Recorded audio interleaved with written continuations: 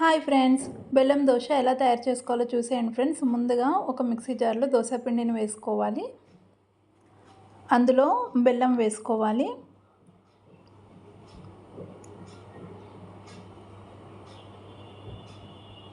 రెండు ఇలాచీలను వేసుకోవాలి. ఇప్పుడు మూత పెట్టుకొని ఫైన్ పేస్ట్ లాగా చేసుకోవాలి. చూడండి ఫ్రెండ్స్, ఇలా చేసుకొని పెట్టుకోవాలి.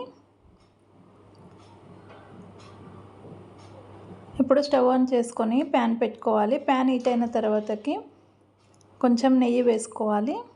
నెయ్యిని ఇలా మంచిగా అప్లై చేసుకోవాలి ఫ్రెండ్స్.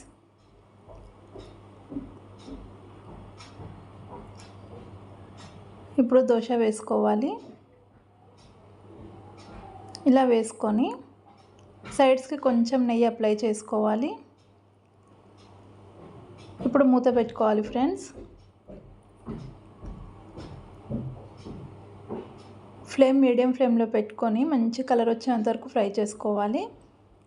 ఒక 10 నిమిషాల తర్వాత మూత తీసి చూస్తే చూడండి ఫ్రెండ్స్, మనకి మంచిగా వన్ సైడ్ అనేది మంచిగా ఫ్రై అయిపోయింది.